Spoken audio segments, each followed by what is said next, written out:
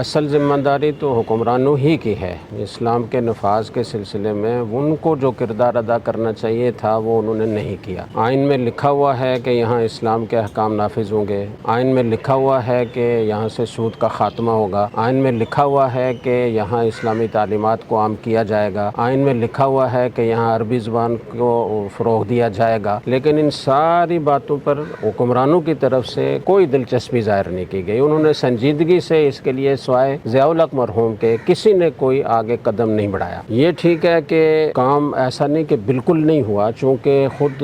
ضیاء الحق مرحوم سے پہلے ذوالفقار علی بھٹو مرحوم نے اسلامی مشاورتی کونسل وہ تشکیل دے دی تھی، پھر اسلامی نظریاتی کونسل ضیاء الحق مرحوم کے زمانے میں اور زیادہ مؤثر ہو کر وہ فعال ہوئی، اور انہوں نے سینکڑوں قوانین کا جائزہ لے کر اس میں اسلامائزیشن کی طرف وہ لے گئے، اور ان کی فائلیں لکھی ہوئی بھری ہوئی الماریاں بھری ہوئی ہیں۔ لیکن حکمرانوں کی غیر سنجیدگی آپ ملاحظہ فرمائیں کہ اس پورے عرصے میں جب سے نظریاتی کونسل بنی ہے ان کی سفارشات کو اسمبلی میں زیر بحث لایا ہی نہیں گیا۔ قانون تو جب بنے گا نا کہ جب اسمبلی میں آپ اس کو پیش کریں گے، سفارش آگے بڑھے گی، وہ اسمبلی میں بحث ہوگی، اس پر قانون سازی ہوگی، اس پر پھر آگے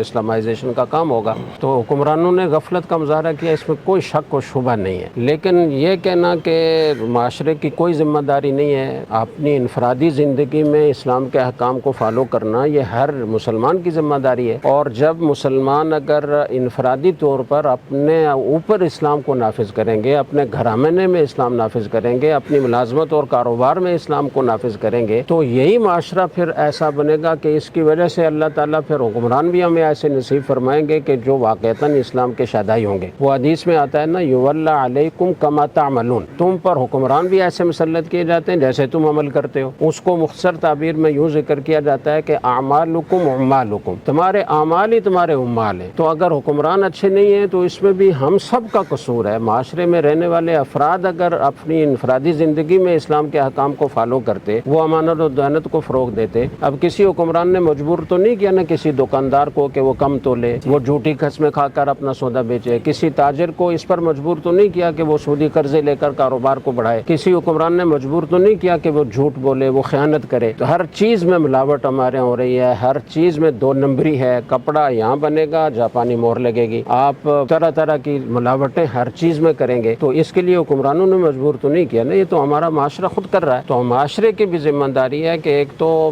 جتنے بھی ہمارے معاشرے میں رہنے والے طبقات ہیں وہ اس بات کو یقینی بنائیں کہ وہ اپنی اولاد کو کم از کم فرض علم کی حد تک دینی علوم سکھائیں گے، اور خود بھی سیکھنے کی کوشش کریں گے، اور اپنے گھر کی حد تک، اپنے ماتحت افراد کی حد تک وہ اسلام کے احکام کو نافذ کریں گے۔ اس طرف جب آپ قدم بڑھائیں گے تو انشاءاللہ آگے راستے کھلیں گے اور اجتماعی طور پر بھی اسلام نافذ ہوگا۔